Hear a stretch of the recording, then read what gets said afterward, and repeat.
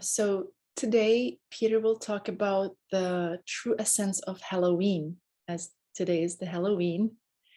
Uh, what does it actually mean, and how can it help us connect with the world of the spirit, the ascended masters, angels, and those we love to connect with on that level and actually much deeper? So finally, I'd like to bring on Peter and welcome him. And thank you again, Peter, for all your time and your wisdom. Thank you, Dharma, for that very kind introduction. And thank you for reminding me what I'm supposed to talk about. I was feeling so much love that I was just kind of in this cloud of joy and bliss, but there is a topic, so thank you for reminding me. And the topic is Halloween, and what that can be, what we can really make that, we can transform this into something uplifting. And the reason I put the picture of me with the sword that's on the front of my book up on the screen before the meeting was not to boast about, look at me, look how great I am. I think, anyway, the picture was posted as a picture of me on Mount Shasta with a sword.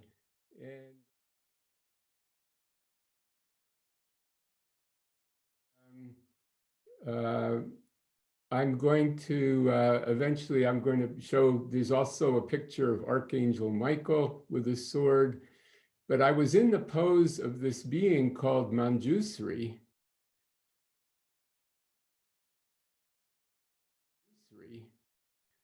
And a lot of people did not read the explanation in the book. This became the cover photo from my book, my autobiographical book, Apprentice to the Master, Adventures of a Western Mystic, Apprentice to the Masters. So I was not trying to show off and say, look at me. This is a tantric practice that the Tibetan Lamas talk about. And I gave a short explanation in the first page of the book, but a lot of people didn't read that. People were so eager to get into the meat of the book that they skipped that, But in it, I explain what the tantric practice is. And it doesn't matter whether it's Manjusri or Archangel Michael or Mother Mary.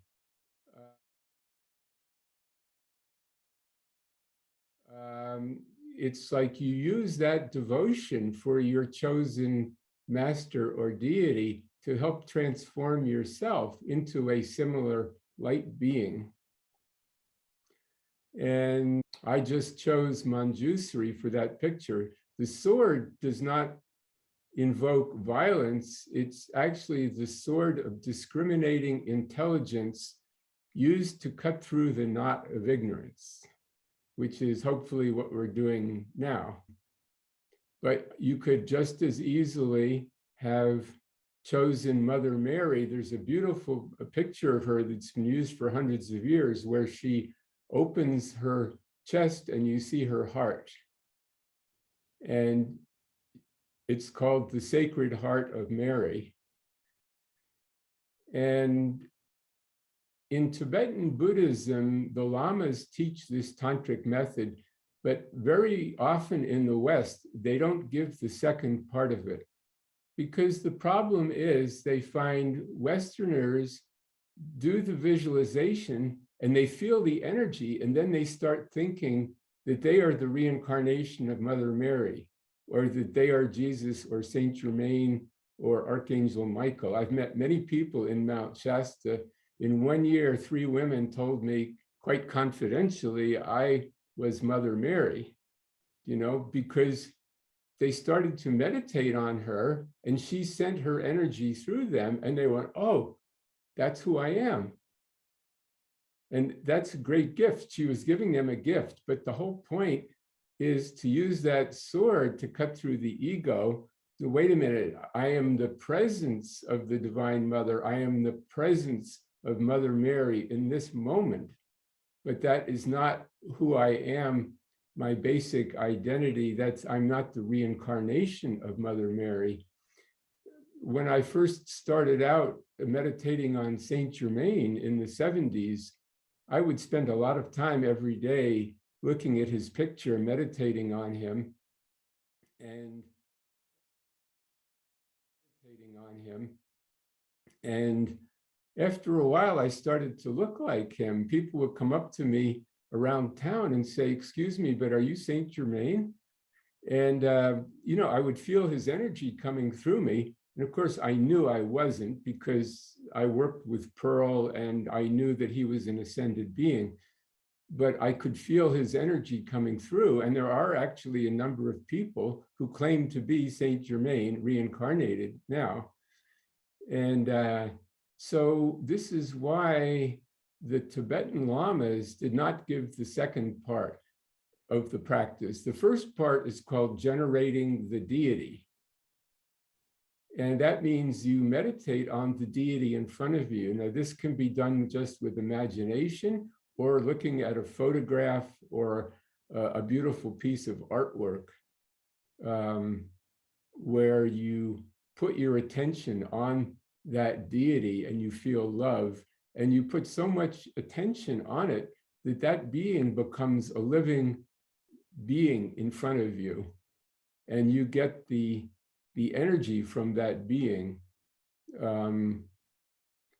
So in that way, you're protected from the egotism of thinking that's who you are. So the lamas wait until you've done all of the preliminary practices, like the 100,000 prostrations and things like that, where you realize that you are not your ego, you are not any human persona, actually, that you are beyond that, And there are actually people who even realize their divine nature and feel, I am God. There's a woman who is well known on the East Coast who was doing a lot of deep breathing pranayama practices, and she went into a state of God consciousness. And instead of feeling, well, I am a God being, she felt, I am God, I am the Divine Mother, and she would tell you, I remember when I created you, and I remember creating the trees and the flowers and everything. Well, I think she's balanced out now, but it's taken a while to realize that same consciousness is available to everyone. As you wake up into your God nature, you have that awareness, but it's very important to separate yourself from the ego, so you don't think you are the only one, or you are the sole incarnation of that being. So the Tibetan Buddhists use the term emanation. Like I was just joking, I was saying, I have to call Dharma Tara because she's so aligned with Violet Tara, but she could be an emanation of Tara. Like we can all be emanations of the Divine Mother, even the male aspect. But we all have the male, female, we all have the mother, father energy within us. So when you visualize yourself as Violet Tara, you're not giving up your manhood, you're just nurturing the mother part, which is there anyway, but needs to come into balance with the male part.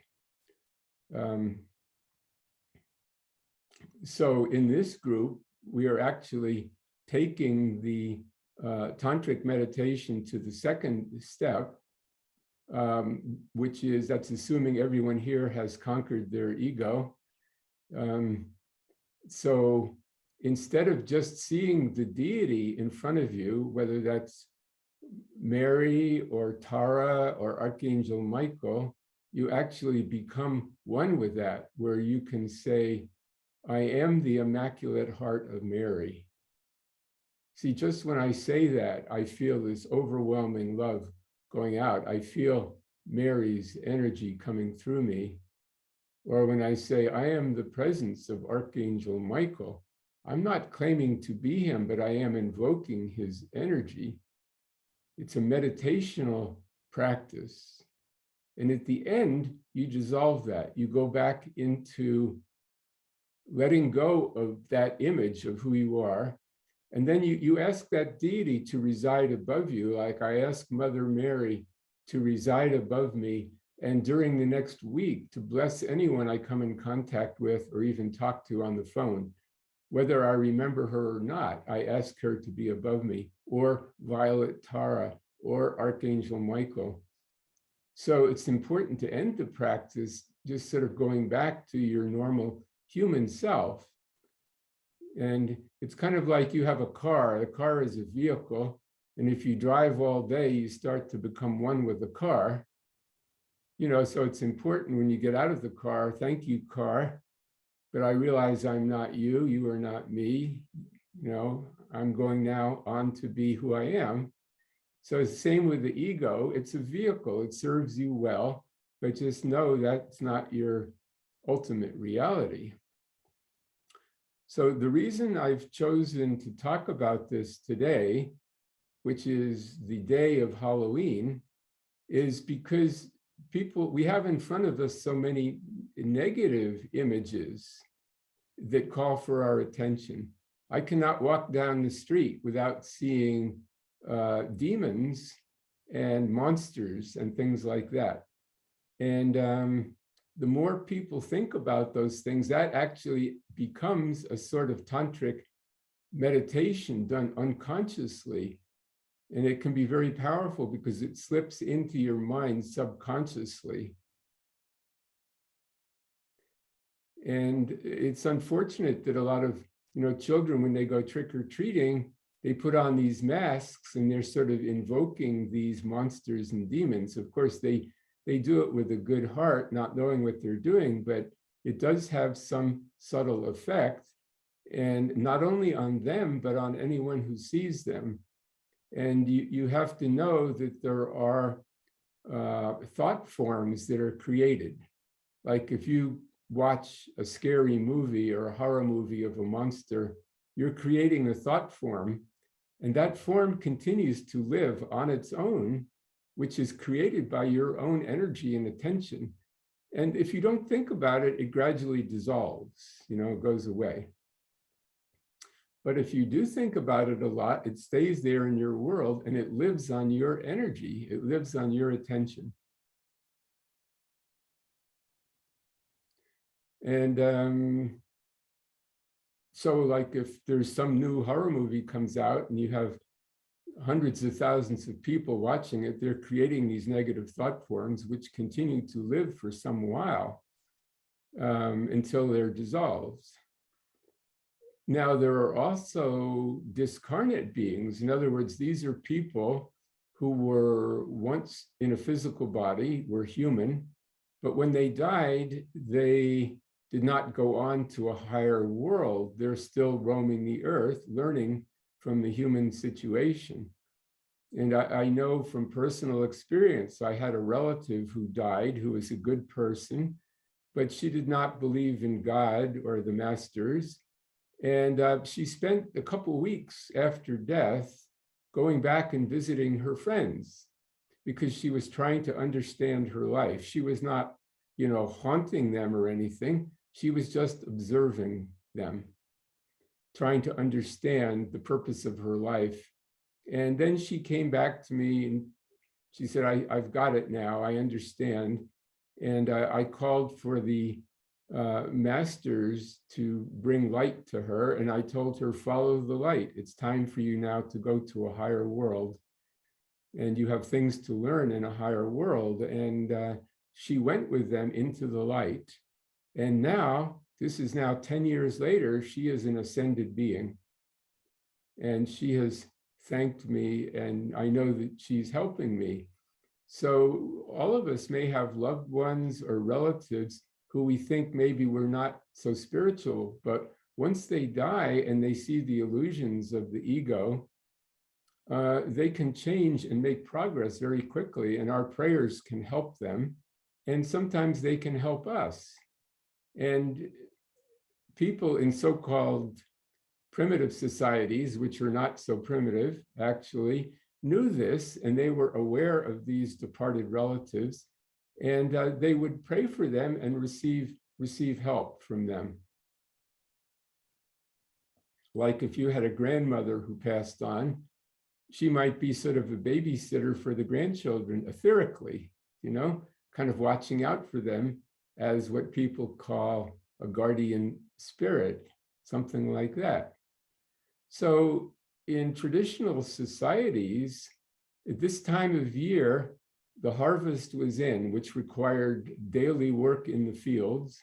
All the grain and the vegetables, the potatoes were stored in the barn, and people could then start turning their attention inward and give thanks. So they would give thanks to the nature spirits for the harvest, and they would give thanks to their departed ancestors, and also any great beings they knew, like Jesus and Mary and so on,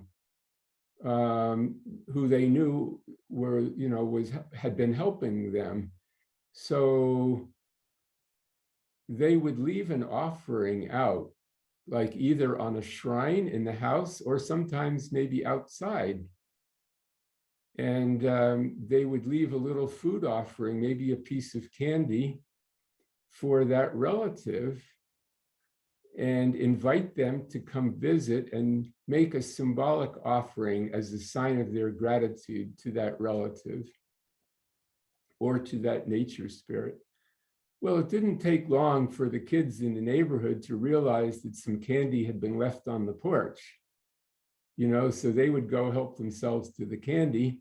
And then in the morning, the people would feel good. Well, a relative came and ate the candy, so we know that the offer was accepted.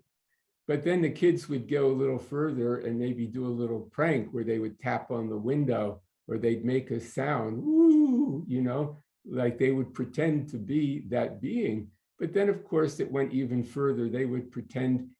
People have always been afraid of ghosts and goblins, and even afraid of nature spirits who could sometimes appear as tricksters. They could take on any form sometimes. They like to play their games too. So people would see these beings. Well, the kids discovered that, and they would sometimes dress up as these little goblins and ghosts and things, all in good fun. But it became more and more of a serious thing after a while. And of course, the movie industry made a lot of money on this, promoting these scary beings. So this comes back to the basic principle of all spirituality, and not even spirituality, a basic principle of life is what you put your attention on is what you become. So if you put your attention on a goblin, you tend to become a goblin.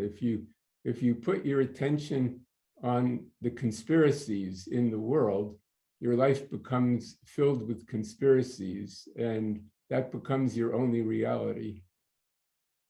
So you have the choice at every moment. Like when you wake up in the morning, not only what clothes am I going to put on, or what costume am I going to put on, but what energy do I want to invoke today? So, if I read about some juicy conspiracy last night, I might wake up with that still in my mind. And then I run into friends during the day and I would say, did you hear what the government is doing? And then I transmit that reality to them, my frustration, anger, fear, so on. But I don't want to do that. I don't want to transmit that. I don't want to live with that fear myself, and I don't want to pass it on to other people. So I choose to say, I am the presence of the living Christ. Come forth in me and through me throughout this day, blessing everyone I meet. And I have the choice as I sit here alone in my room, what do I want to think about? What reality do I want to live in? And I know that I'm not just creating that reality in my mind or in this room. What I think and feel goes out and affects everyone else. It affects my neighbors. It affects the town I'm living in, and it really affects the entire planet. So one person having a good thought or feeling love spreads out to everyone. So that's why we can accept this and kind of dismiss the illusion that we're alone and really send out good energy into the world. And I'd like to read a little quotation from Albert Einstein, of all people. He was actually a very spiritual person. He said, "Concerning matter, we have all been wrong. What we have called matter is energy, whose vibration has been so lowered as to be perceptible to the senses. Matter is spirit, reduced to the point of visibility. There is no matter. A human being experiences himself, his thoughts and feelings as something separated from the rest, a kind of optical delusion of consciousness. This delusion is a kind of prison for us, restricting us to our personal desires and to the affection for a few persons nearest to us. Our task must be to free ourselves from this prison by widening our circle of compassion to embrace all living creatures and the whole of nature and the world in its beauty. Our separation from each other is an optical illusion.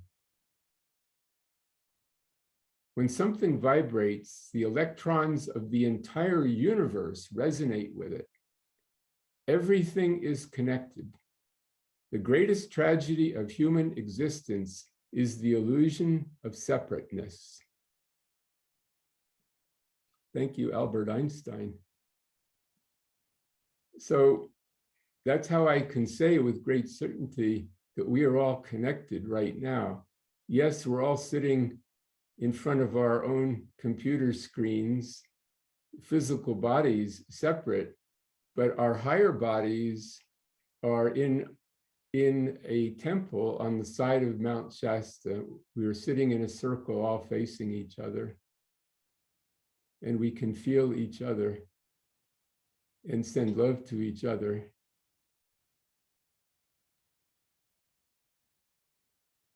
We can all admire each other's costumes, whatever costume you choose to be wearing, whoever you choose to be. You can be Violet Tara, you can be Archangel Michael, you can wear the Mother Mary costume and invoke that energy for the blessing of the world. Because whatever frequency we vibrate at is causing the rest of the particles in the world to vibrate at a similar frequency.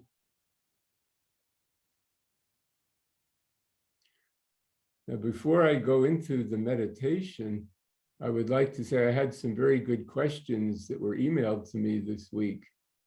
And some of the questions, at first, they seem quite simple, but they're very profound. And I think by answering one or two of these questions, I could be of service to you. One of them is, you say to focus on the light, but I don't see the light. Where is that? And the question was, do I see the presence in me, or am I in the presence? You know, now I'm used to talking about this so much, I don't think about it anymore, but I realize this is something very important. So some people are more visual, some are more feeling. So some people, when I talk about violet fire, they see it. Other people don't. With some people, I say, well, if you don't see light within yourself, do you feel love? Think of someone or even something you love, maybe a pet goldfish you had as a child. You can feel you're holding the bowl with the goldfish in front of your heart, and you feel the love for that. And gradually there's a kind of warmth there, and you can just imagine that warmth is like a light that's been turned on, or it's like a little sun that's becoming brighter and brighter. Or just imagine the sun in the sky and close your eyes and imagine that that sun is here. So each of you find your own way to tune into that.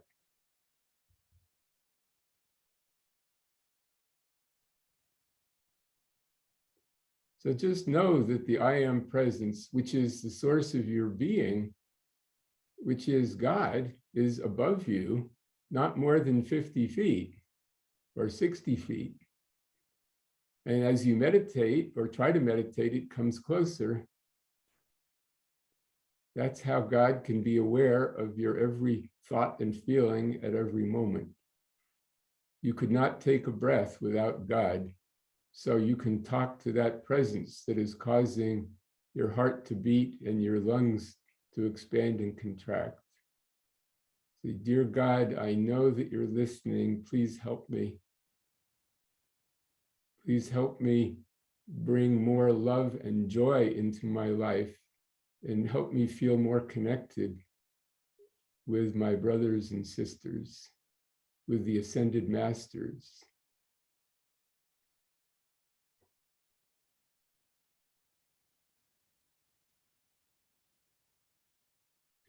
And if you have trouble feeling that, you can at least feel the rise and fall of your chest. You can feel your breathing. And focusing on that is a doorway to spiritual consciousness and to feeling the light or to feeling love. You just observe the in-breath and the out-breath, the rise and fall of your chest. And if a thought comes up, you just label that thinking and let go of it, come back to the breath.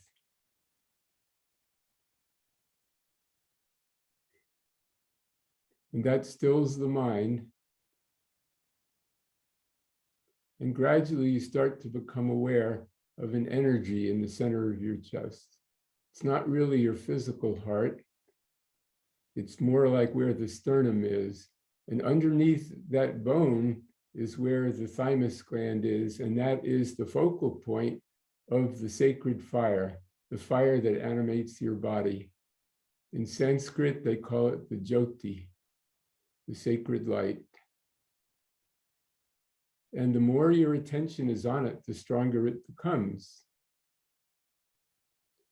Again, what your attention is on is what you become. If your attention is on that sacred flame within your chest, then it becomes brighter. It's like throwing fuel on the fire. Without fuel, the fire gets weak, but you throw another log on and it becomes brighter. So you put your attention on it, and that fire within you becomes brighter and warmer, and you can feel it.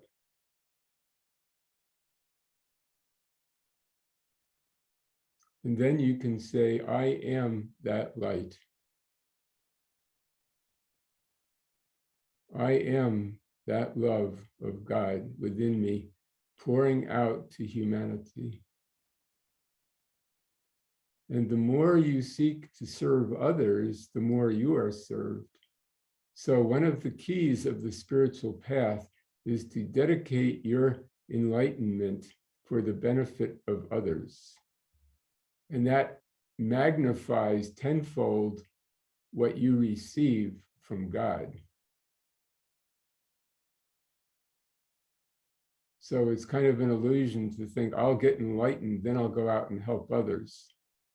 No, you seek to help others now, and that amplifies your enlightenment because it's coming down through you and going out, pouring out. It's not you just trying to get.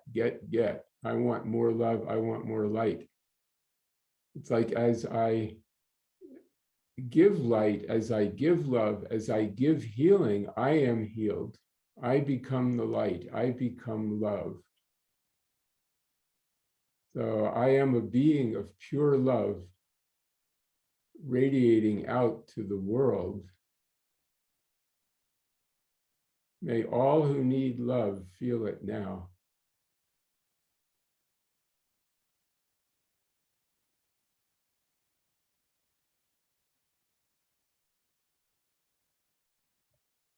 So I would like to continue this meditation now, where we all assume our divine form, whatever deity you choose to manifest as. You can even just manifest as your I am presence, a great ball of light in the sky surrounded by a rainbow.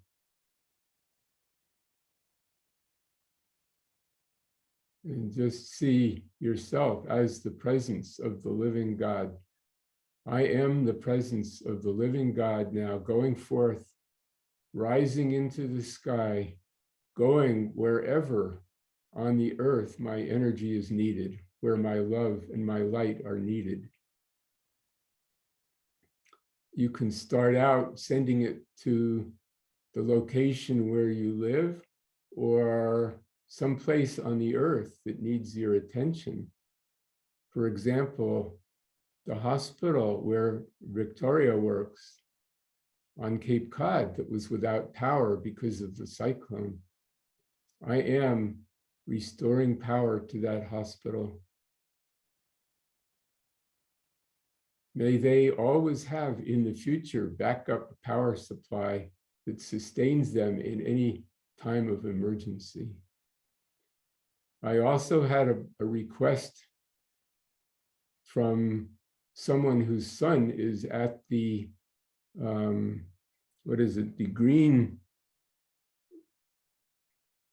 Glasgow Climate Summit, where different world leaders are gathering to help bring about beneficial changes for how we relate to the climate and to Mother Nature. So we can call on the masters, or as our own master presence, I am sending light down to the Glasgow Climate Conference. May all beings be protected there, and may the masters inspire all those world leaders to follow the highest divine plan for their work. And also there's a G20 meeting happening now where many world leaders are meeting in Italy.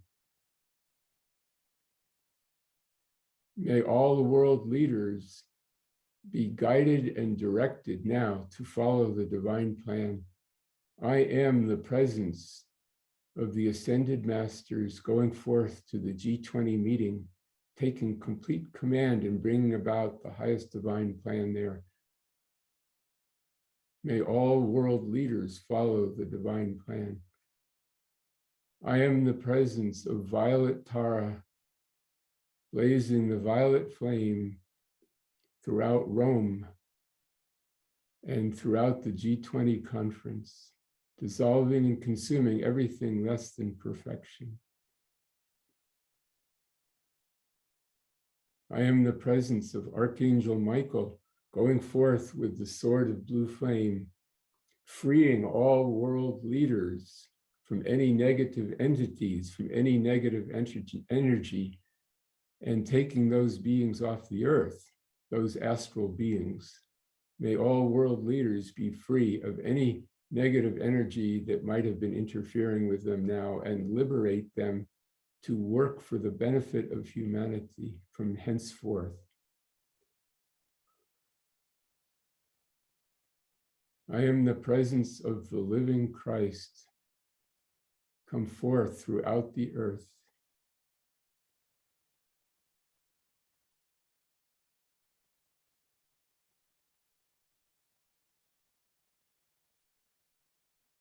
I am the presence of Saint Germain, enfolding the earth in violet flame.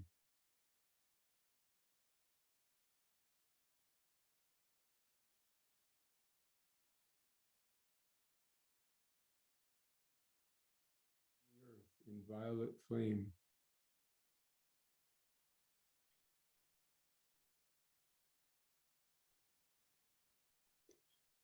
I am the presence of Mother Mary, enfolding the earth in divine love.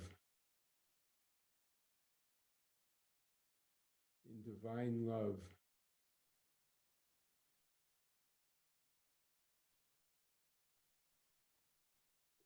I am the Immaculate Heart of Mary, enfolding the earth.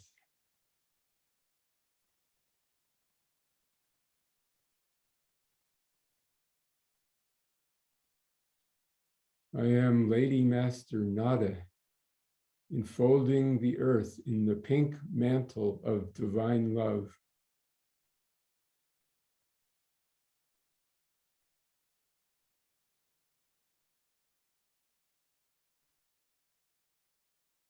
I am divine love come forth in the hearts, minds, and worlds of everyone on earth.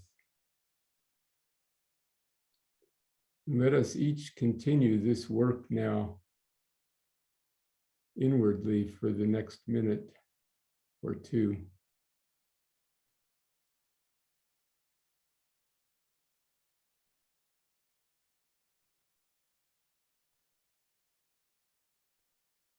If you know someone who has been suffering or needs help, say, I am come forth for that person, enfolding them in divine love, which they feel and which raises them in consciousness and heals them.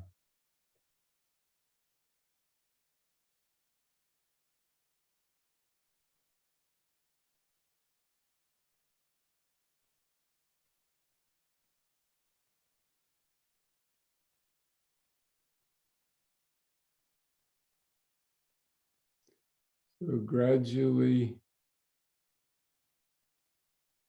come back into the relative reality of who you are on the earth plane, the role you play as a human being, but you are not the same being you were 5 minutes ago, because you are charged with that divine energy of the role you were just playing.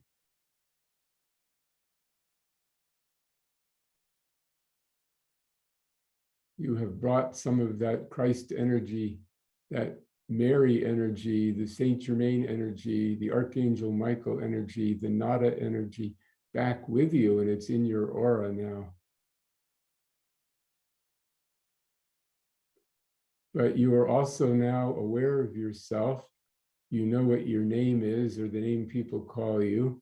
You know it is not the real you, but it is the role that you volunteered to play in this life.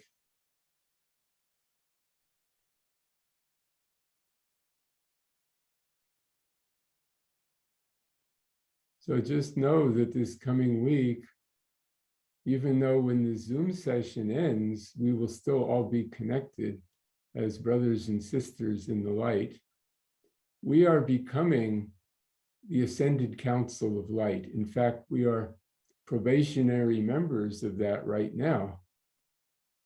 The beings we know as Ascended Masters will go on to become cosmic masters, and we will fill their shoes, or we will accept their robes. And we will be doing the work which they are now doing. So we are being trained to become the way showers of humanity. And part of that training is to confront negative situations, negative energy. So don't feel that you have failed if something unpleasant happens in your life or you have to contact negative people. That is part of the curriculum for becoming an Ascended Master. That is the Ascended Master University of life, where you are confronted with challenging situations that try to make you believe you are not who you know that you really are, which is a God being. So I'd like to accept some questions or comments people might like to make. If you guys are back on Earth in your Earth suits, And feeling is yourselves again. You may raise your hand. Can Peter explain qualification and give examples? Yeah, it's in the I Am teachings that if you wish to bring something into being in the world, you use visualization and qualification. So visualization is holding the image of what you want to create. Then the qualification is the feeling you put into it. So it's the same, if you want to heal a person, you visualize them as perfect, and then you pour the love and the spiritual energy into them from your heart, So I hope that answers a little bit your question. So we have to trust that there's really a divine plan, and that to work with it, things are not happening by accident. You agreed to be in this movie, and it wouldn't be an exciting movie if there weren't some challenges, some dangers and things like that, In fact, a friend of mine told me yesterday, she remembered she had a vision of before she first came to the earth, like 10,000 years ago on a spaceship, that she and a bunch of other people were going to be dropped off here.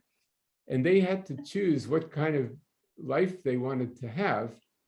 And it was like they had a questionnaire. It was like a job application, where would you like to work, or what kind of personality would you like to have during your first part of your earth experience?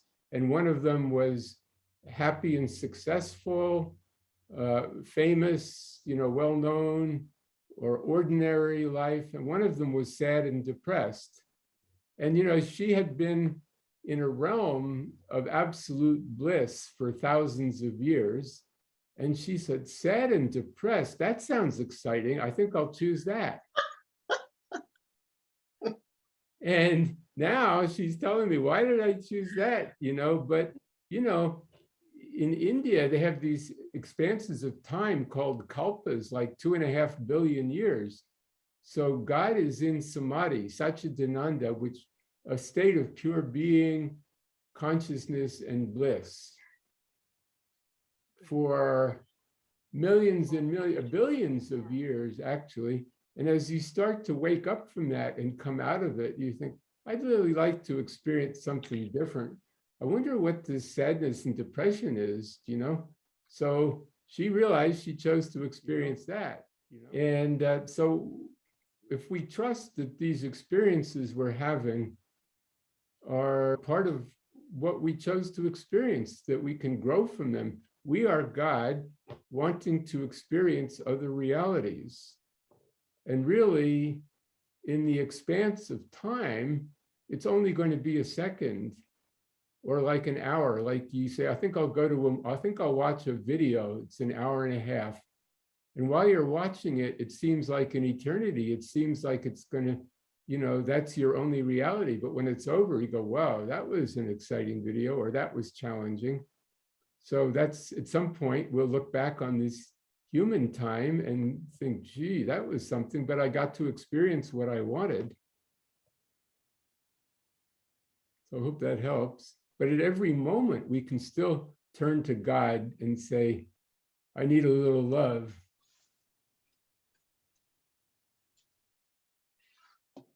Thank you for that, Peter. Thank you to all of you for showing up today. Yes, we're all in it together during these times. So I also recommend, if some of you want healing work, Annika does wonderful things with that. So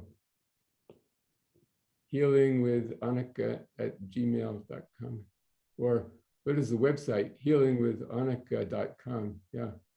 Yeah, and our beloved Dharma as well. I invite all of you to connect with Dharma, as she is an amazing healer, working with herbalism and homeopathy, and it's just such a bright light, working with natural healing and the earth.